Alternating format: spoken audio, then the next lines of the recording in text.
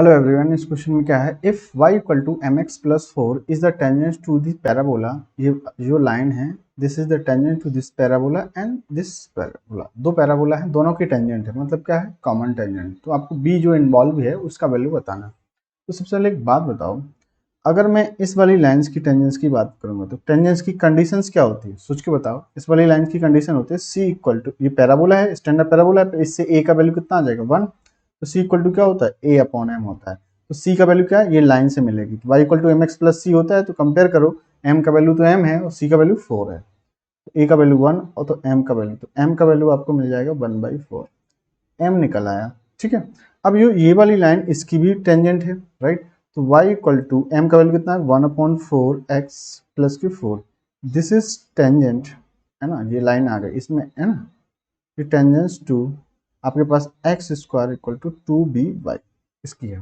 तो आपको v का वैल्यू निकालना है, तो इसका y का वैल्यू उठा के यहाँ पे रख दो और ये क्वाड्रेटिक एक्स में बनेगा। उसका d का वैल्यू क्या कर देंगे, 0। क्यों कर देंगे, क्योंकि ये पैराबोला की ये टेंजेंट है। टेंजेंट है इसका मतलब जो आपका एक रूट्स इक्वल होंगे, ऑब्वियस सी बात है। जब कोई टच करता है कर्व को, कोई लाइन, तो क्या इक्वल रूट्स देता है, आपने पढ़ा होगा छोटे 10th क्लास में।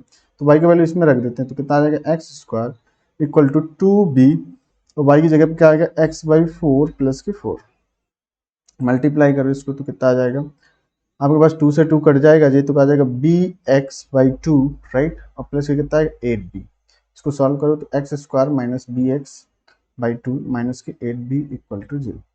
ये आपके पास क्वाड्रेटिक है, तो इसके रूट्स क्या होंगे, इक्वल रूट्स होंगे। इसका डी 0 कर देते हैं, तो B square minus 4ac, B का काम क्या करें, माइनस b/2, तो कितना आएगा b²/4। 4 a का वैल्यू 1, सी का वैल्यू माइनस के 8b इक्वल टू 0। यहाँ से b का वैल्यू निकालना है। तो कुल मिला के अगर आप देखो ध्यान से, तो बी स्क्वायर माइनस के कितना, जो नीचे 4 है, ऊपर आप देखोगे तो प्लस हो जाएगा जी, कितना हो जाएगा 32b इक्वल टू 0। यहाँ तक बात समझ गए क्या। अच्छा, ये क्लियर हुआ ना, बी का वैल्यू आज चुक बात 32 हो गया। अच्छा, अब देखो ध्यान से देखो, तो बी स्क्वायर है ना, बी स्क्वायर प्लस में आप 32 इंटू 4 करो इंटू बी इक्वल टू 0, 4 का मल्टीप्लाई कर दीजिए तो b कॉमन ले लेंगे।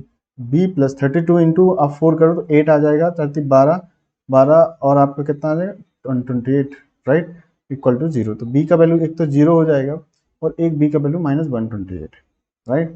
तो ऑप्शन में देखें -128 b का आपका वैल्यू, तो ऑप्शन नंबर आपका थर्ड करेक्ट हो जाएगा।